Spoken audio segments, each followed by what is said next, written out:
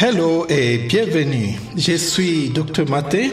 Nous remercions notre Dieu pour sa grâce qui nous a donné d'être encore là aujourd'hui. Dieu notre Père, notre Seigneur Jésus-Christ, nous voulons te remercier, nous voulons te glorifier, nous voulons te donner nos remerciements et notre gloire parce que tu es là, tu es le Dieu qui nous aime. Comme disait David dans Psaume 18, oh Dieu, tu es notre force, tu es notre rocher, tu es notre forteresse, tu es notre libérateur, tu es notre rocher où nous trouvons un abri, Seigneur. Tu es notre bouclier, la force qui nous sauve, c'est toi, Seigneur Tout-Puissant. Notre haute retraite, c'est toi, Seigneur. Et nous voulons alors venir ce soir, ce jour, nous confier devant toi et confier cette émission devant toi. Et nous disons, Seigneur, que tu sois maître de cette émission. Nous lions tout esprit mauvais qui pourra essayer de perturber cette émission, le déroulement de cette émission. C'est tout esprit mauvais qui cherchera à perturber les machines, et demandons le sang de Jésus de nous couvrir du début jusqu'à la fin. Saint-Esprit, prends contrôle de cette émission du début jusqu'à la fin. Au nom de Jésus, nous te prions. Amen. Le sujet d'aujourd'hui, c'est Delight in the Lord. Ou bien fais de l'Éternel tes délices. Et ce sujet, je l'ai tiré dans ma méditation personnelle quand je lisais Psaume 37, verset 4. Ça dit, fais de l'Éternel tes délices et il te donnera ce que ton cœur désire. Et puis, dans le même ordre d'idée, j'ai médité sur Ésaïe 40, 31 qui dit, mais ceux qui se confient à l'Éternel renouvellent leur force. Ils prennent le vol comme des aigles. Ils courent et ne se lancent point. Ils marchent et ne se fatiguent point. Voilà. Donc le sujet de ce jour, c'est Delight in the Lord. Fais de l'Éternel tes délices.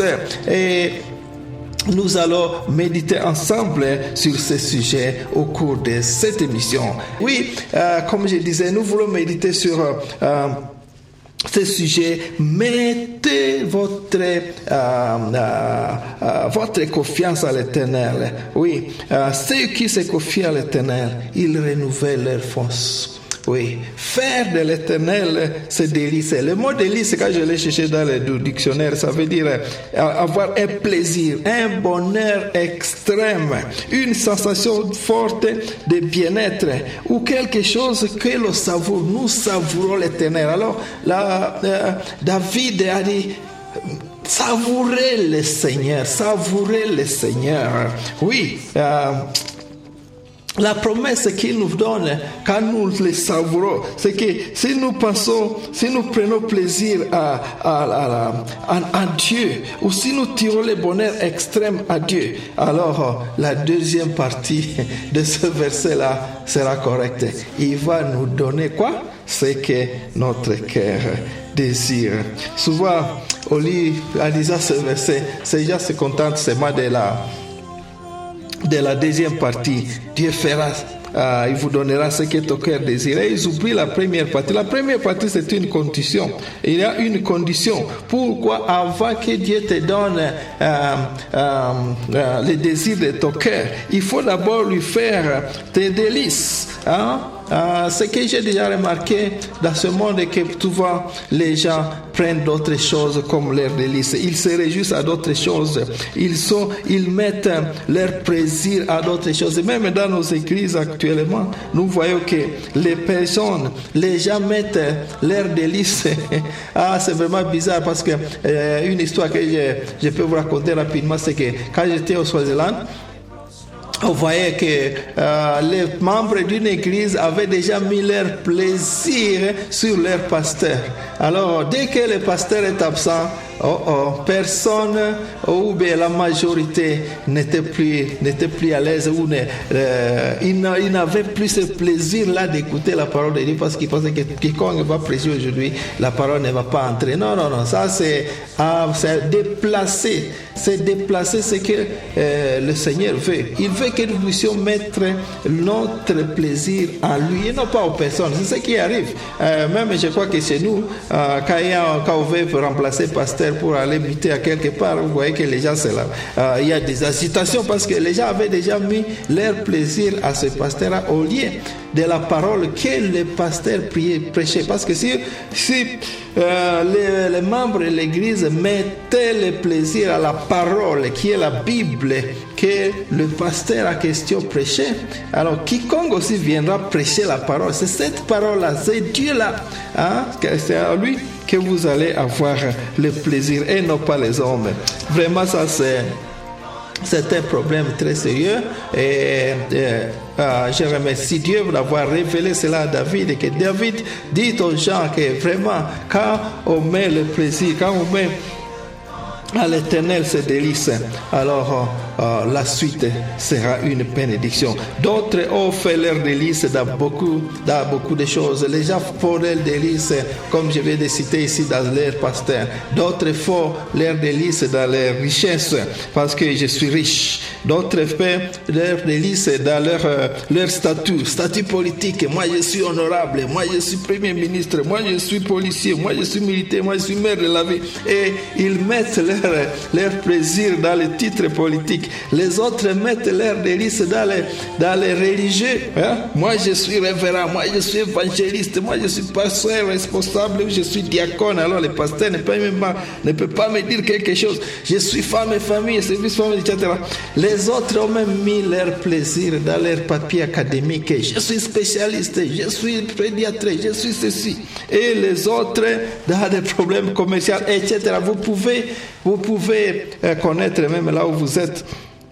Vous pouvez dire comment les gens ont mis leur plaisir dans les possessions matérielles, les magasins, les maisons, les véhicules. Moi, j'ai les Hummer, ou j'ai les Prado, les TX, et beaucoup d'autres choses. Mais sachez que tout ça, c'est temporaire.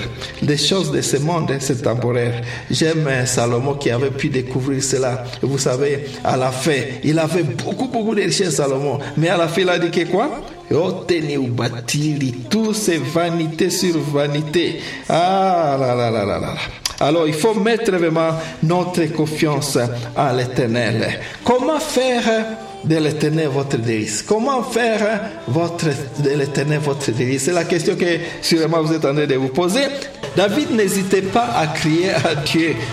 Dès son jeune âge, vous vous rappelez, si vous pouvez lire dans 1 Samuel, vous allez voir que David, lui, n'hésitait pas. Il mettait déjà l'Éternel, Dieu était déjà comme ses délices. Dès le jeune âge, quand il était encore petit enfant, disait 1 Samuel, 2 Samuel, vous allez voir tout ça. C'est un exemple à suivre. Alors, comment est-ce qu'il a pu faire cela? Comment pouvait-il maintenant s'exprimer très facilement comme ça devant l'Éternel? Et c'est ça la réponse à notre question que nous avons posée avant. Alors, la première chose, c'est ce que Jésus avait dit dans Matthieu 6, verset 33. Cherchez d'abord le royaume de Dieu et tout cela vous sera donné par-dessus. C'est ça. La première chose, c'est quoi? Comment faire de l'Éternel les délices? Cherchez d'abord le royaume de Dieu. Cherchez d'abord le royaume de Dieu. Être passionné de Dieu. Accepter Christ comme votre Seigneur et Sauveur dans votre vie. Et que tout ce que vous faites soit d'abord à Dieu. Et tu passionné de Dieu, est-ce que tu fais de lui cette délice? Au vrai sens du mot, est-ce que vous vous réjouissez de lui? Est-ce que vous vous réjouissez de lui? Est-ce que vraiment vous avez une sensation forte quand on parle de Dieu? Est-ce que vous avez cela comme délice? Te préoccupes-tu vraiment dans ton cœur de ce royaume et de sa justice, comme avait dit Jésus? Ou veux-tu simplement qu'il exécute tes prières et qu'à la fin il écoute ta prière et qu'il te les donne? Alors là, c'est être avec les agendas personnels. Vous n'avez plus l'agenda de Dieu là-bas. Si la réponse est non et que vous n'êtes pas passionné, alors il faut prier. Une simple prière, par exemple, comme ceci qui dit: Seigneur Jésus, je crie à toi, je viens à toi, je te demande pardon pour tout ce temps où ma relation avec toi était secondaire, je n'étais pas passionné de toi. Je veux faire de toi mes délices, Seigneur. Réanime ma foi, à moi la flamme de la passion, que je puisse avoir la passion de toi comme était David. Ranime-moi, ô Dieu, afin que je fasse à nouveau de toi. Et rien d'autre, mes délices. Toi seul, que tu sois mes délices. Au nom de Jésus, amen. Si vous priez une prière pareille, Dieu va t'écouter. Et il va venir s'établir dans votre vie. Et alors, chaque jour, essayez d'avoir un temps avec lui. Par exemple, chaque matin, ayez 10 à 15 minutes pour méditer sur ta parole. Certains n'ont pas ça. Comme je vous ai dit la fois passée, ils n'ont même pas 5 minutes pour méditer sur la parole de Dieu. Ayez la parole, ayez le temps pour lui. Il te donnera ce que ton cœur désire. Si vous êtes vraiment passionné de lui. Ah, c'est ça. Et il y a vraiment l'exemple de David à nous. Je le répète encore, pour grandir spirituellement, pour faire de l'éternel tes délices, ayez le temps personnel avec Dieu comme David, un temps de méditation. Si vous le faites, vous serez fort, inébranlable et contre les attaques, contre les tentations qui peuvent vous arriver. Malheureusement, avec le modernisme d'aujourd'hui, le temps même de lire, même 5 minutes de lire la parole de Dieu, les gens n'en ont pas.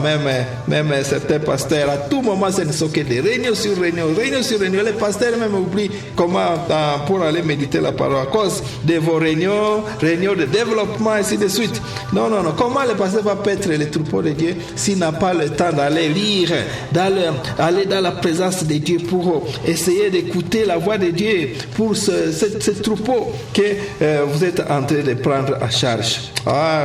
Que Dieu nous aide, Quand on ne lit pas la Bible, on est là pour suivre ce que les hommes diront. On suit seulement les philosophies humaines. Je reviendrai sur cela tout à l'heure. On suit seulement les philosophies humaines. Mais il faut suivre la parole de Dieu. Encore une fois, delight in the Lord. Ayez fait de l'Éternel votre délice. Parce que quand vous le faites, vous êtes dans la présence de Dieu. C'est là où il y a la paix. C'est là où il y a la joie. C'est là où il y a l'inspiration divine.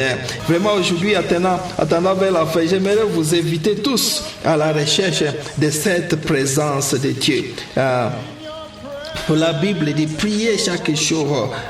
Lis ta Bible chaque jour. Lis ta Bible et priez chaque jour. Et soyez comme les Béréens. Les Béréens cherchaient à savoir ce que Paul racontait. Est-ce que c'est vrai ou pas? Ils étaient en train de chercher. Ils avaient le temps d'aller à la présence de Dieu et ouvrir la Bible et lire. Est-ce que vous avez ce temps? Est-ce que vous avez ce temps? Je vais vous prier pour d'avoir ce temps à la présence, dans la présence de notre Dieu. C'est tout pour aujourd'hui. Et promettez-moi s'il vous plaît que, comme dit Jésus dans Matthieu 6,6, que vous allez entrer dans votre chambre, fermer la porte et à genoux là-bas, vous allez méditer sur sa parole, lui faire savoir ce qui n'en va pas et il te donnera alors ce que ton cœur désire et à la fin, vous serez très très fort. Alors, jusqu'à la semaine prochaine, la prochaine émission. Au revoir et que Dieu vous garde, que la grâce de Dieu, l'amour de Christ, la communion du Saint-Esprit soit avec vous dès maintenant jusqu'au siècle des siècles. Amen and amen and amen.